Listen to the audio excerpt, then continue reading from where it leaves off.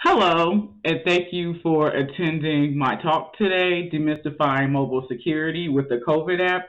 I'm so glad that you're here to attend my talk. I first met the founders and creators of the Ekoparty conference when I presented at Not PeakCon in Buenos Aires in 2019, and I fell in love with the conference in Argentina, and I'm so glad that they thought of me to present at this conference. So just to give a bit of background on how I came up with this topic, this past summer, I participated in the DEF CON biohacking village. I created mobile challenges for their CTF, and I'm also interested in mobile security. So I thought, what better way to talk about mobile security through the lens of a COVID app in a subject that is prevalent in our current times with everything that's going on with the pandemic. So let's get started. Who am I? Well, as I said, my name is Jasmine Jackson.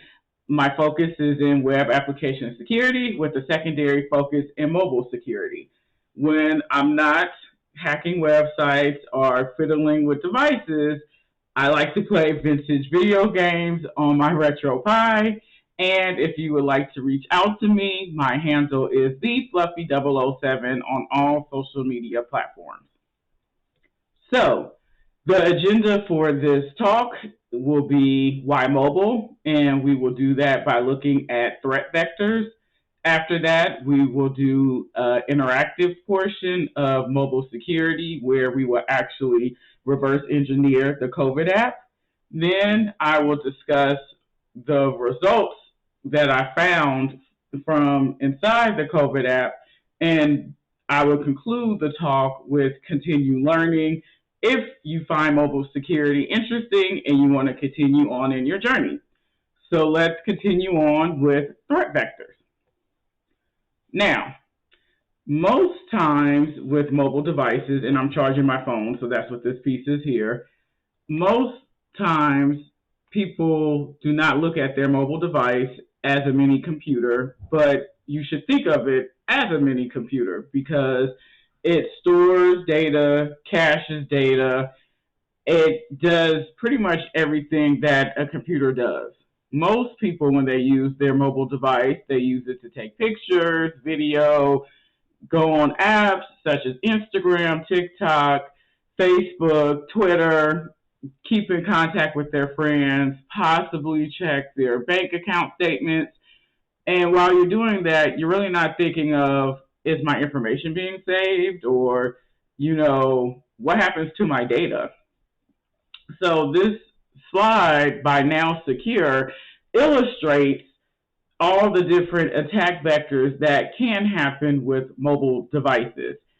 And of course, I can't explain all of these threat vectors because that would take me a long time, but I will explain a few. And the first I will explain is SMS phishing in the top left under phone SMS. So SMS is texting. So this is a phishing attack through text. So an example of this is, and I was a victim of it, is I received a text message stating, congratulations, you won a $100 gift card, this is T-Mobile. And automatically I knew this was a problem because A, I didn't do anything to warrant a $100 gift card, and then B, looking at the number, I have a general idea of what the T-Mobile number looks like, and this number I never saw before. So I figured, this is a phishing attack, and I was right.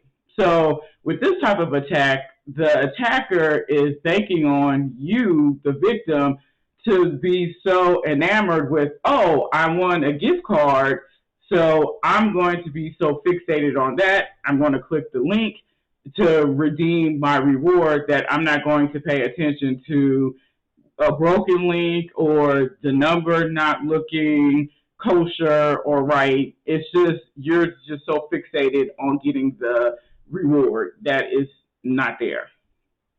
Another threat vector under system is rooting, Android rooting, and iOS jailbreak. So when you're using your mobile device, you're using it as a standard user, and that was done by design. So mobile device manufacturers um, created this concept to where you don't destroy your mobile device. So when you use your device, you're using it as so you don't harm your device, so you can't delete important files, that will make your system inoperable. But there is a way that you could circumvent this protection, and that is the concept of rooting or jailbreaking. And by doing this, you're saying, hey, I know this is the protection to where I don't destroy my phone, but I want to circumvent that or remove that. And I want to use my phone at its full potential, which means I can delete system files, I can modify system files. And as I said before, by doing this, if you're not careful, you can make your phone inoperable, meaning you can destroy your phone.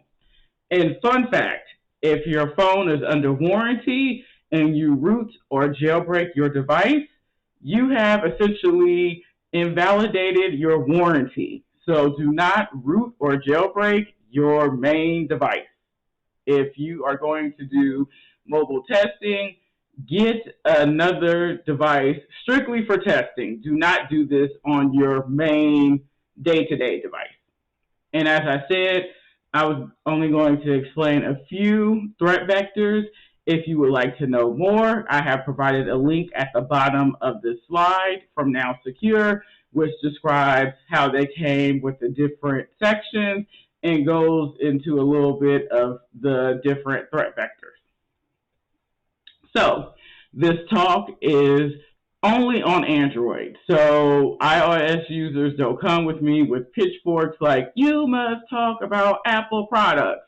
This talk is only Android. So why?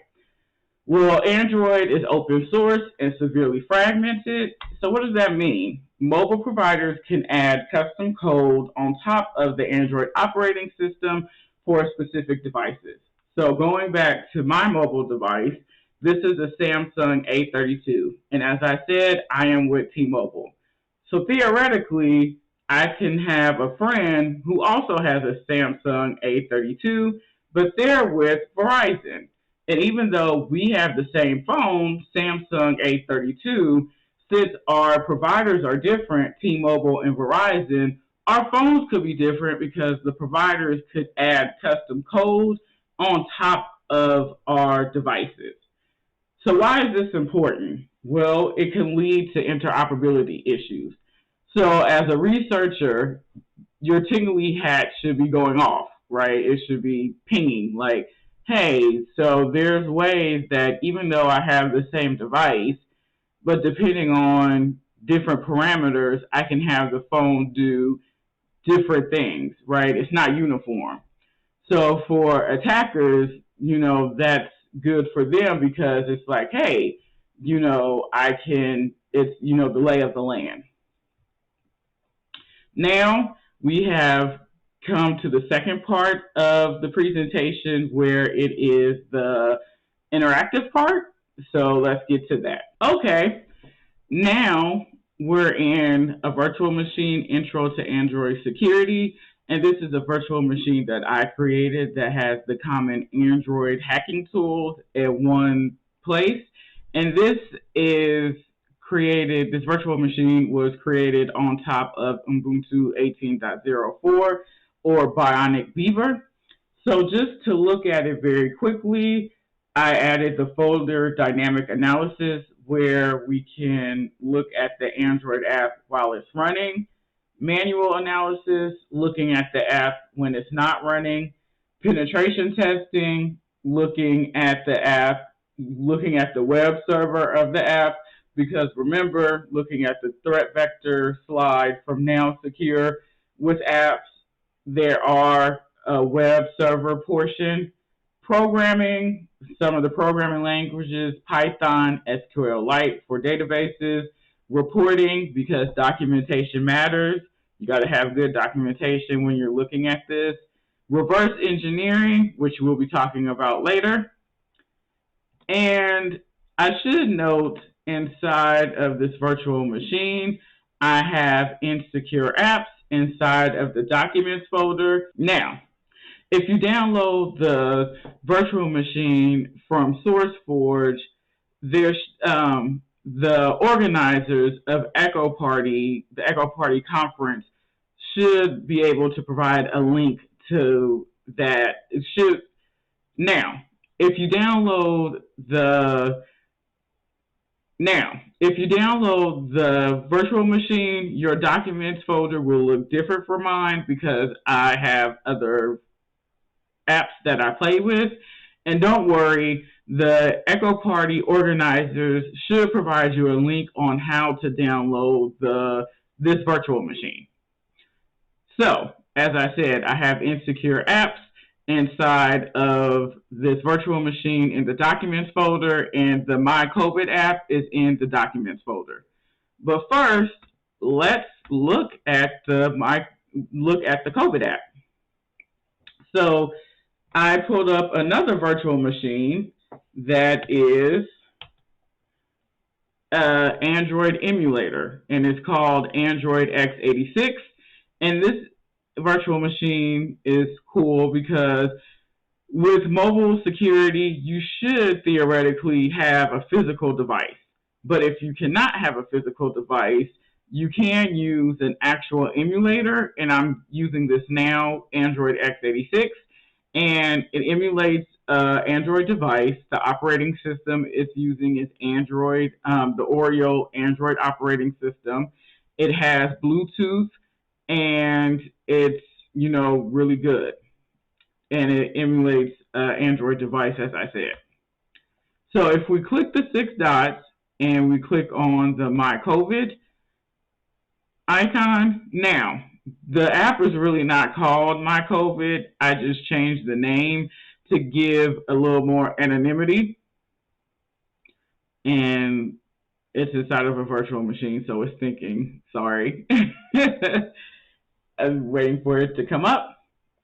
Great. So it's welcome to My COVID. And again, that's not the name of the app. The official exposure app. And it says, in order for the app to work, you'll need to enable exposure notifications and Bluetooth on your device. But before you do, we invite you to learn more about how it works. So let's click on the How It Works button. Anonymous tokens. Let's learn about the app. Let's learn how the app works through an example. Mia and Jacob don't know each other, but they end up next to each other in a long line at the grocery store and start talking. They both have the app enabled on their phones, so while they are near one another, their phones exchange anonymous tokens over Bluetooth. Bluetooth must remain enabled for the app to work. Each token is a string of random letters and numbers which changes every 10 to 20 minutes. These anonymous tokens are never linked to their identities or locations. Because these exchanges happen every few minutes, their devices can remember how long they were near one another. The tokens are never linked to Mia or Jacob's location or identity. Their phones also record the Bluetooth signal strength of their exchanges in order to estimate distance. The information from these exchanges is stored only on their phones. A week later, Jacob has been feeling sick and was tested for COVID-19. The test came back positive. Poor Jacob. He obtains a PIN from his local health department to enter into the app. This PIN is used to prevent false reports. Jacob decides to share his results to help others know if they might be at risk. When Jacob shares his positive test results through the app, as well as the date of his test or when his symptoms first started, his phone uploads the anonymous tokens from the past 14 days. Mia's phone occasionally downloads the tokens that others uploaded after positive test results. Her phone then scans them and discovers that Mia has come into close contact with a person who has tested positive for COVID-19 while that person was infectious. Using the duration and signal strength of that exposure, the app determines if the exposure meets a risk level set by the app based on the latest COVID-19 research. Since her device estimates that she may be at risk, Mia's app sends her a notification of a possible exposure. By tapping on the notification, she can follow the app guidance on how to best protect herself and those around her. So that is the example of how the app works. So I wanted to show this very quickly to describe a little bit about Android emulators, just in case if you're like, hey, I can't get an actual physical device, don't fret. You can use the emulator, and if you download the Intro to Android Security Virtual Machine, I also have a copy of this Android x86 as well. So you can get both on my SourceForge website. Now, going back to the Intro to Android Security Virtual Machine, let's start talking about the tools that I used to actually analyze the COVID app. The first is called Apk Tool, and that's listed under Manual Analysis, but I am going to access it through the command line, and I'm going to make this bigger. And I'm going to CD to the Documents folder, because remember, the Documents have all of the apps, insecure apps. And so the APK folder the APK tool allows us to decompile the Android app to almost to its original form. And also what the APK tool does is, after we decompile, and let's just say we change the app, it allows us to rebuild the app with our changes, and then we can then possibly upload those changes to a third-party website. So it allows us to decompile, to look under the hood of the application, and then rebuild the app if we make changes. So that's cool. So I just typed the command that we will use to use the APK tool, and it's APK tool D for decompile, and then mycovidapp.apk. And as you can see, it is actually decompiling, and we see here there's a Android manifest that I will talk about later, Box Smalley. So there are the decompile. When you decompile an Android app, there's 3 folders in a file. So the file is the Android manifest.xml, and then the 3 folders are meta-inf, res, and Smalley. So I will talk about those shortly. Now, if we go back to the documents folder, we now see this My COVID folder that we didn't see before. And I'm not going to open this folder yet, because I'm going to talk about the contents of this folder with the next tool that I use to review the COVID app. And that tool is JADX GUI. And that is under reverse engineering. And so reverse engineering allows us to look under the hood and inspect, and in this case, an Android app. And we're going to click the Android app to open it. To look, inspect and look under the hood of an Android app, also to make changes to it, if we so choose. So we are essentially looking at the source code of the Android app. So this app here, this that's running inside of the Android x86 emulator, the code equivalent is right here. Pretty cool, huh? So now I'm going to talk about the 3 folders in the file that I mentioned after using the APK tool. So the first folder is the res folder. And you could think of the res folder as a catch-all. So anything that has to deal with layouts of the Android app, fonts, animations, um, colors, things of that nature will be in the res folder. Meta-inf, the second folder, is, you could think of that as the integrity folder, meaning this folder has hashes and to make sure that the file, the application, has not been tampered with.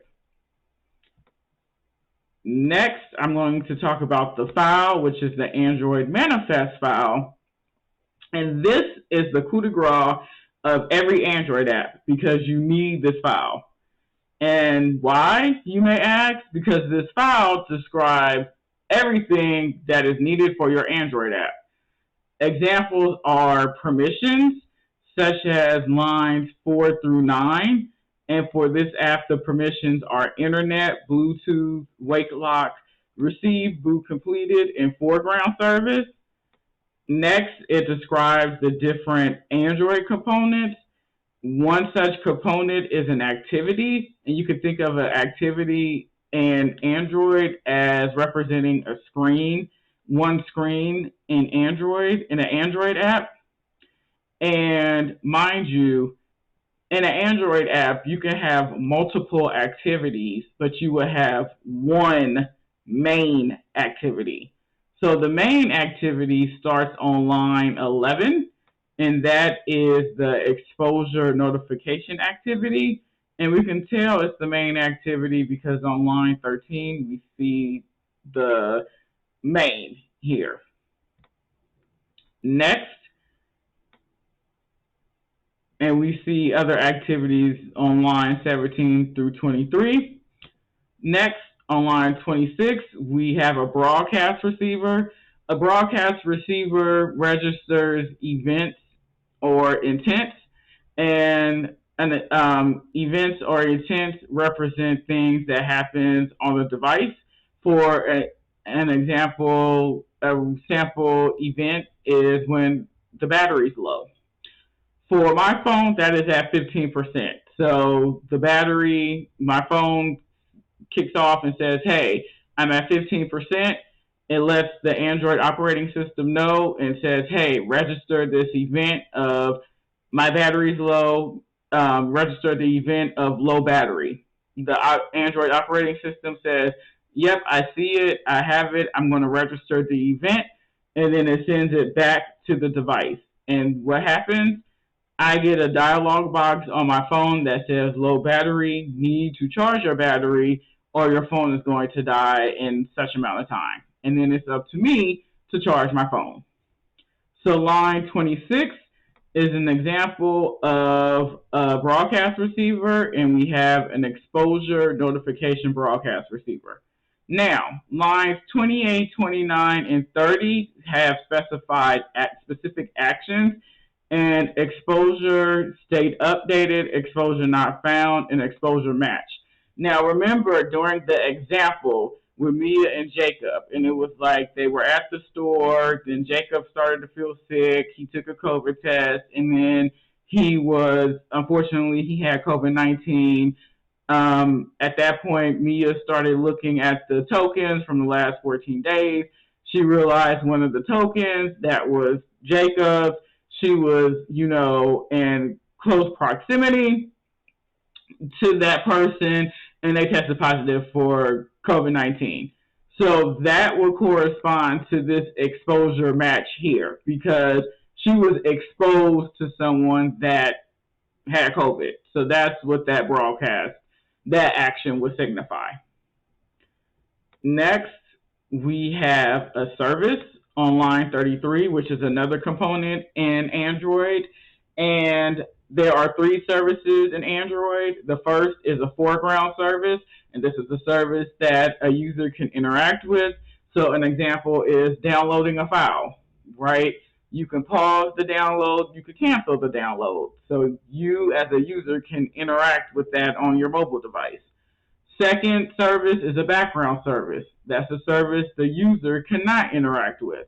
An example is syncing of data. So, for instance, I have Gmail on my phone, and every so often, Gmail will sync on my phone to make sure it's up to date. I can't stop that sync, it happens in the background. And then the third type of service is a bound service that happens based on requests and responses and is active as long as those requests and responses are active. And line 33 represents the service, and that is the wake up service. And then finally, the last component, Android component we have is a provider, a content provider. You could think of a content provider as the middleman, and a middleman between the app and the back end. So, for instance, the app is saying, "Hey, I want to read a file in the database." And so, what happens is the app will talk with the content provider. The content provider would then say, "Hey, I want to read a file in this database," and then the app will, the database will say to the content provider, "Yeah, you have permission. Okay, I'll let you read my file. Here's the file. You can read it." And so then the content provider will then give the information back to the app, and that's how that works. So, as I said, the Android manifest is the skeleton of your Android app, and it describes in great detail how your app should work. But there's one thing I need to mention, and that is between lines 1 and 2, so I'm going to call it 1.5. You see this uses SDK, and it says Android Min SDK version 23 and Target SDK version 29. What does that mean? So this says, okay, the minimum operating system, Android operating system, it says, okay, for this app, here's the minimum operating system, Android operating system that this device will work on. But if you want optimal results, use the target operating system, the target or above. And so the operating systems are represented by numbers, but these numbers are really mnemonics or the names of the operating system, such as Jelly Bean, Marshmallow, Oreo, the different names of the operating systems. Instead of saying the names inside of the Android manifest, it's just represented by numbers. And finally, we need to talk about the last folder, which is Smalley, but I'm going to talk about that now. But first, let's go to the main activity. Remember, every Android app has one main activity, and that's the exposure notification activity. And if we go there,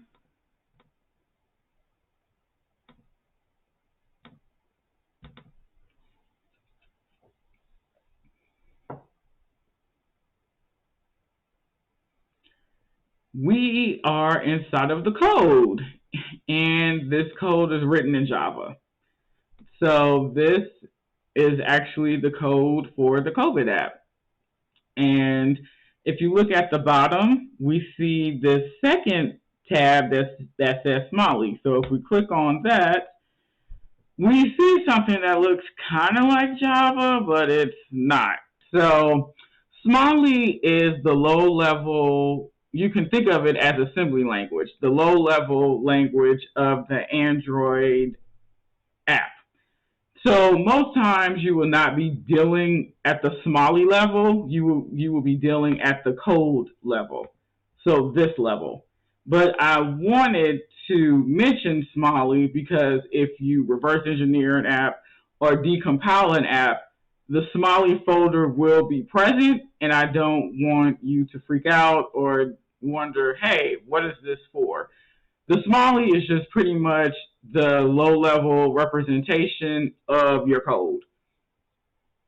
And as I said, you will not really be dealing on that level. You would be dealing on the code level. And the Smalley is represented by a .dex or Dalvik executable, and Dalvik is the Dalvik virtual machine, and that is what the Android operating system uses.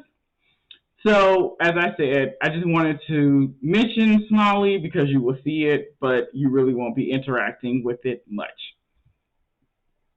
Now, the main event.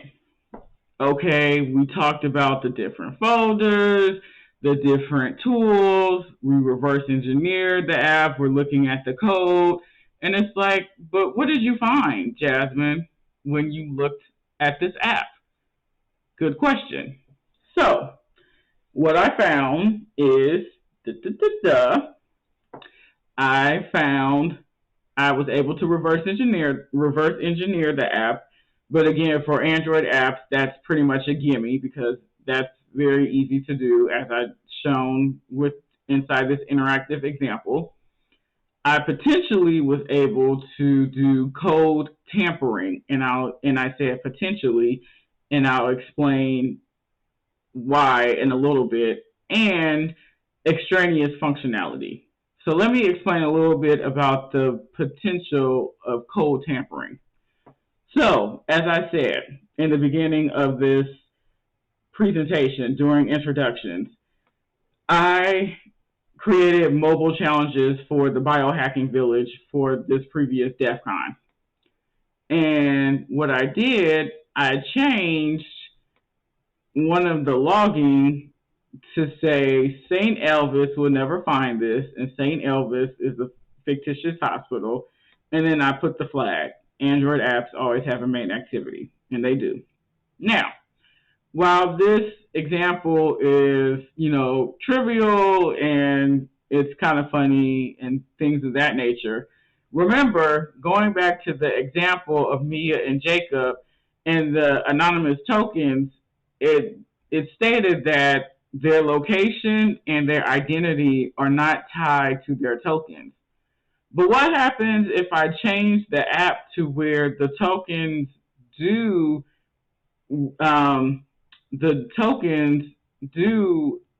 remember you by location and identity if you test positive for COVID-19? And what happens if the attacker takes it a step further, and if you do test positive for COVID-19, they dump that information to a log. So anyone who queries that log could figure out who has tested positive for COVID-19. Now, I'm not saying to do that because ethically that would be wrong. Again, this app is used to make sure people are safe. We are in a pandemic. I'm doing a disclaimer. I'm not saying to do that. But what I am saying is it possibly could be done, right? So that's why I said potential code tampering. I'm not going to do it because ethically it's not right, but you could do it, right? You could do it. Now, going back to the code, and for certain things, like we can see certain objects support fragment manager 2, but then other objects, there's something C0676A. And it's like, hey, what does that object mean? And why is it showing up that way? Well, reverse engineering is a double-edged sword. On one side of the sword, for researchers, it's like, woohoo, great. We can look at this app, we can learn it. If there's vulnerabilities, we can do responsible vulnerability disclosure and make the app better, right? Because you want to do the right thing. On the other side of the sword, as a company, as a owner, I don't want you to look at my code because it's proprietary. It's secret. So what do? Well, I employ something called obfuscation, and that's the tactic or the means of doing security through obscurity. And this object C0676A and C3673R are examples of obfuscating. So the thought is, if I make my code so obscure, you as the researcher will become so frustrated that you will not want to learn the inner workings of my application. Now, don't fret, because there are commercial tools that can be used to help you in de-obfuscating, meaning turning the obscure code to a more intelligible meaning. And I will talk about those in a little bit. But that is the meaning of obfuscation. And companies do it thinking, I obfuscated my code, you will not find my secrets. And it's like, but I can and I will. Obfuscating is just, it might slow a person down, but it doesn't deter them. So, JADX GUI does its best to de-obfuscate. So it does its best to try to make the code as clear as possible. And we can see that because it's checked. So if we uncheck this de-obfuscation,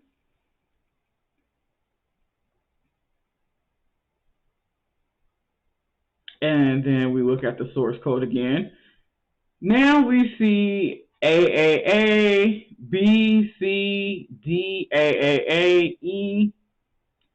Again, this is A, to reverse engineer, to find the logic of this will be very difficult. So a way to aid that is to de-obfuscate, or to find a clear meaning of the code. And I want to mention that concept because if you do reverse engineer an app, any app, Android or Apple, it will be obfuscated. And you will have to de-obfuscate to try to find, the meaning of the app and the logic. Now, I mentioned the vulnerability, the two, and then the reverse engineering, potentially cold tampering, and extraneous functionality that I found when I was reviewing the app. But where did that come from? Like, how did I find those potential vulnerabilities? Well, there is something called the OWASP Mobile Top 10. A lot of people know of the OWASP Top 10 for web, SQL injection, broken access control, insufficient logging, things of that nature. But there is a mobile top 10, and I am going to explain a little bit of that in relation to what I found inside of the app. So let's get back to the presentation. Okay, the OWASP mobile top 10. So, cold tampering. This is a catch-all, and it means it contains tampered versions of a mobile app. So, for instance, when I mentioned the example of Mia and Jacob, where the anonymous tokens does not record location or the person's identity. And I was saying, but what happens if I change to where the tokens do remember location and the person's identity if they are positive, and dumps it to a log? That is an example of code tampering, because the code originally did not do that, and then I tampered or changed it for it to be so.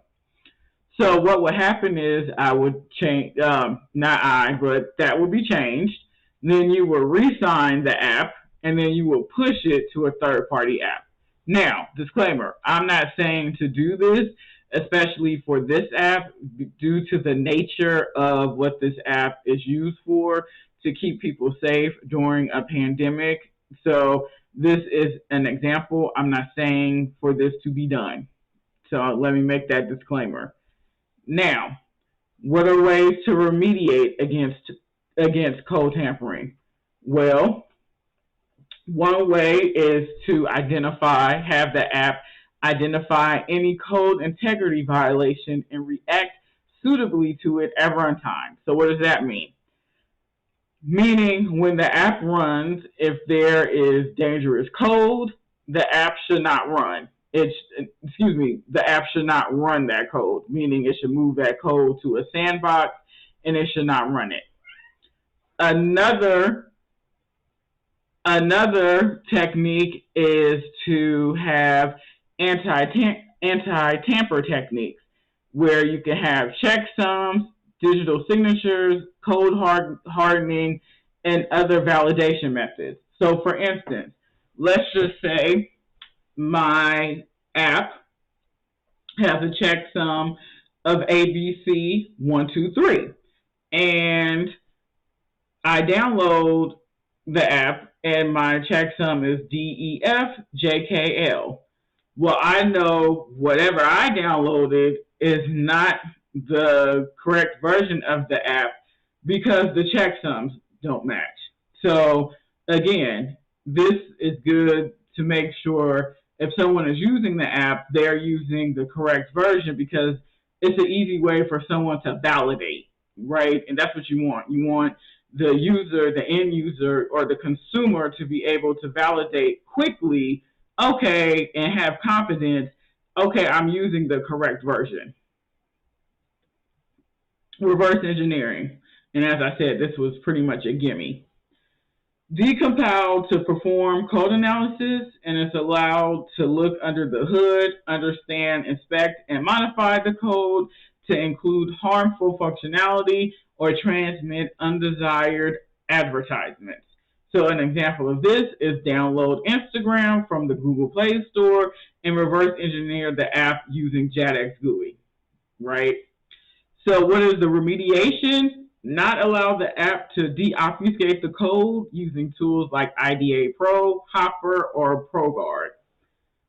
So these are the commercial tools that I was telling you about: IDA Pro, Hopper, or ProGuard. So as I said, JADX GUI tries its best to deobfuscate the code as much as it can, but these commercial tools will take it a step further. Now, you won't get 100% coverage, meaning everything will not be deobfuscated, right?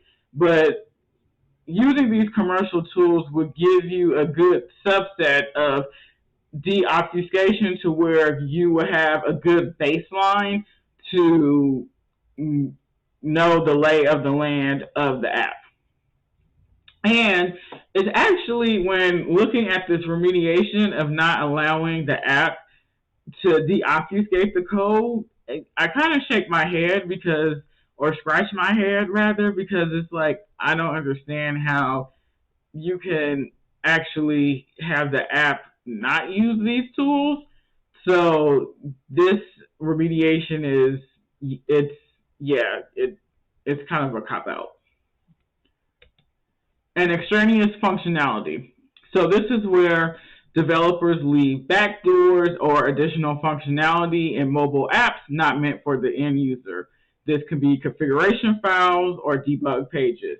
So in a very, very, very former life, I was a developer. And I remember my dev team, we would create web pages and we would have debug pages for when the web page didn't work. We can go to the debug page and figure out what part of the web page didn't work instead of looking at the entire web page. And this is cool and this is great when you're actually developing the app. And, you know, in a perfect world, when you're done developing, you delete the debug page and then you ship the product to production or you ship it live. Well, what happens is, a lot of times is, these debug pages stay in the code base, and when the product goes live, these debug pages or configuration files that should be deleted go live right along with it. Now, what's a way to remediate? Examine the mobile app's configuration settings to detect any hidden switches, and if you have debug pages, delete them, right?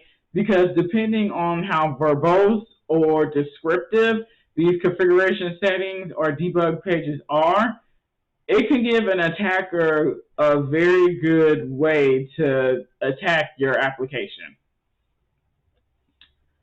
Now, the last part of this presentation, continue learning.